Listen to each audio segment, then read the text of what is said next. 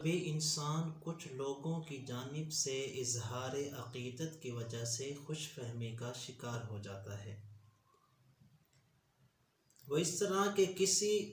ورثے میں مل جانے والی گدی یا تھوڑی بہت عبادت یا ریاکاری یا کالج و یونیورسٹی میں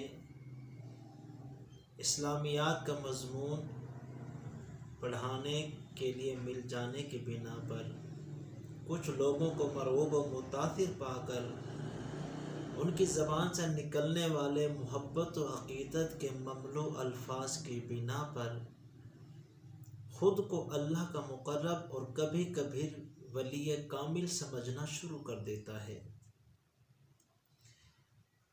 حالانکہ بظاہر بے عمل، تنہائی میں بے تکلف اور دوستوں کے ساتھ گناہوں میں دلیر جری ہونے کا مرتکب ہی کیوں نہ ہو۔ اس خوش فہمی کا نقصان یہ ہوتا ہے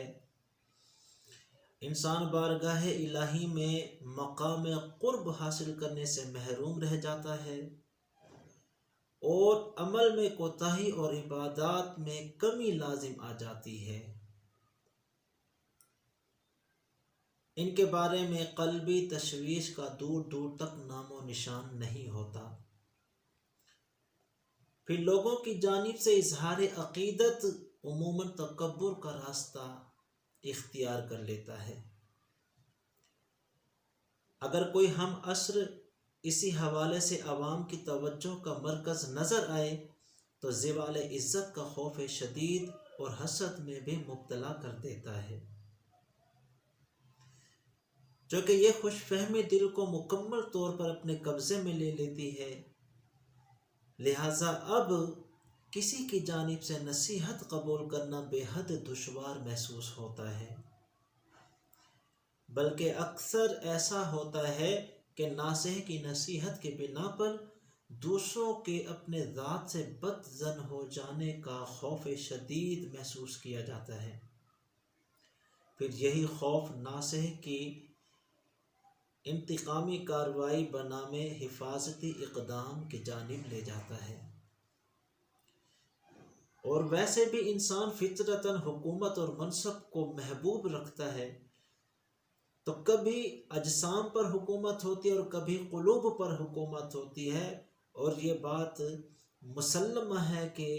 جو قلوب کی حکومت ہے وہ اجسام پر حکومت سے کہیں زیادہ اعلیٰ اور بہتر ہے، اور ایسا شخص ہرگز نہیں چاہتا کہ اس سے یہ حکومت چھن جائے، اور اس مقصد کی تکمیل کے لیے کچھ ایسے لوگوں کی ضرورت لازم پڑتی ہے جو اس کے عیوب کو، عیبوں کو چھپا کر، لوگوں کی نگاہوں سے چھپا کر، بلکہ اس کی تعریف و توصیف کے پل باندھ کر دوسرے لوگوں کو بھی دائرہ عقیدت میں شامل کرنے کے لیے ہائر کیا جاتا ہے۔ اسی وجہ سے ایسا شخص اپنے گرد تنقید و اصلاح کرنے والوں کے بجائے خوشامدیوں کا جم گھٹا دیکھنا ہی پسند کرتا ہے، چاہے وہ بے عملی اور کثیر ظاہر و باطنی خرابیوں کا شدت سے شکار ہی کیوں نہ ہو۔ پھر اس قسم کے حضرات عموماً اپنی اخروی منازل کے بارے میں بالکل بے فکر ہو جاتے ہیں۔ اگر کوئی انہیں خطرے میں نظر آتا ہے تو وہ عوام الناس ہوتے ہیں۔ اس کا لا محالہ نتیجہ یہ نکلتا ہے کہ قلب پر توبہ کی جانب سے غفلت طاری ہو جاتی ہے، اور اپنے ہر گناہ کو قابل معافی اور معمولی سمجھنے کی عادت بد کبھی کبھی ایمان سے دور کروا دینے کا سبب بھی بن جاتی ہے۔ اور ایک بڑا نقصان یہ ہوتا ہے کہ انسان جو اظہار عقیدت میں خوش فہمی کا شکار ہوتا ہے، مرکز عقیدت جس طرح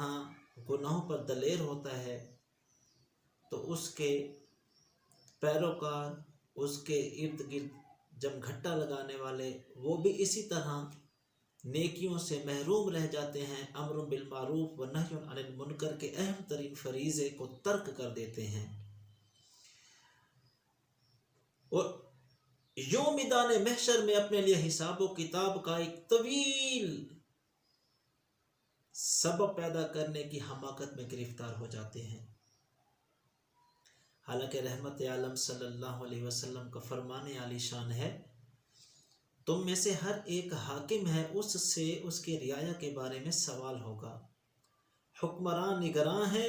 اس سے اس کے رعایا کے بارے میں سوال ہوگا، مرد اپنے گھر کا نگراں ہے، اس سے اس کے بارے میں پوچھا جائے گا، عورت اپنے خاوند کے گھر کی نگراں ہے اور اس سے اس کی رعیت کے بارے میں پوچھا جائے گا، خادم اپنے مال کا محافظ ہے، اس سے اس کے متعلق دریافت کیا جائے گا، اور تم میں سے ہر ایک ذمہ دار ہے اور اس سے اس کے ماتحت کے بارے میں سوال کیا جائے گا۔ اس خوش فہمی سے دوری کا جو طریقہ ہے وہ یہ ہے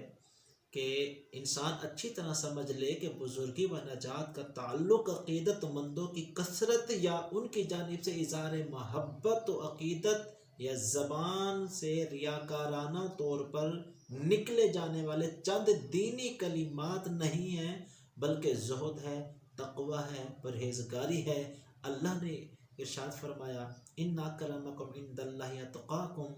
بے شک اللہ کے ہاں عزت والے وہ ہیں جو زیادہ تقوی والے ہیں۔ پھر فرمایا بلا من اوفی بعہدہ واتقی فإن اللہ یحب المتقین، ہاں کیوں نہیں، جس نے اپنا عہد پورا کیا اور پرہیزگاری کی، اور بے شک پرہیزگار اللہ کو محبوب ہیں۔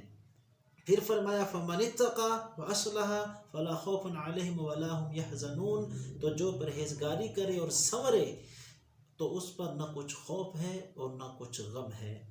پھر فرمایا للذین اتقوا عند ربہم جنات تجری من تحتها الانہار، پرہیزگاروں کے لیے ان کے رب کے پاس جنتیں ہیں جن کے نیچے نہریں بہیں۔ پھر فرمایا وسیق الذین اتقوا ربہم الى الجنۃ زمرا، جو اپنے رب سے ڈرتے تھے ان کی سواریاں گروہ در گروہ جنت کی طرف چلی جائیں گی۔ پھر فرمایا وَتَزَوَّدُوا فَإِنَّ خَيْرَ الزَّادِ التَّقْوَىٰ، اور توشہ ساتھ لو کہ سب سے بہتر توشہ پرہیزگاری ہے۔ تو ان آیات سے واضح ہو گیا کہ پرہیزگار عزت والے ہیں۔ پھر حضرت ابو ہریرہ رضی اللہ تعالیٰ عنہ سے مروی ہے کہ رحمت عالم صلی اللہ علیہ وآلہ وسلم سے پوچھا گیا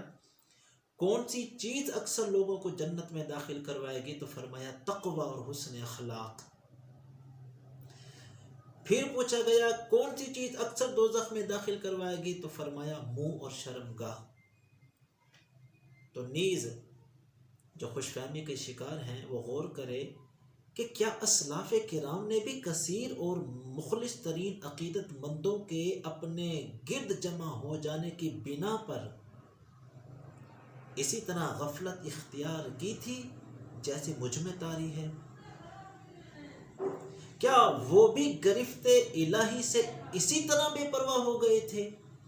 جیسی بے پرواہی میں نے اختیار کی ہے؟ کیا اسلاف کرام کے قلوب بھی اللہ تعالیٰ کے خوف سے اسی طرح خالی نظر آتے تھے جیسے میرے دل کا حال ہے؟ کیا وہ بھی دوسروں کو متاثر کرنے کے لیے الفاظ کے کھیل کو کافی سمجھا کرتے تھے جیسا کہ میں نے اپنے متعلقین سے جاری رکھا ہوا ہے؟ جب ان تمام سوالات کا جواب نفی میں ملے گا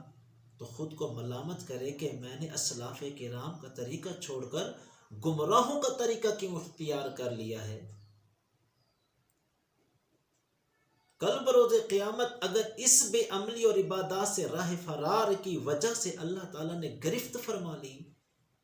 تو انہی عقیدت مندوں کے سامنے ذلت اور رسوائی کا عالم کیا ہوگا؟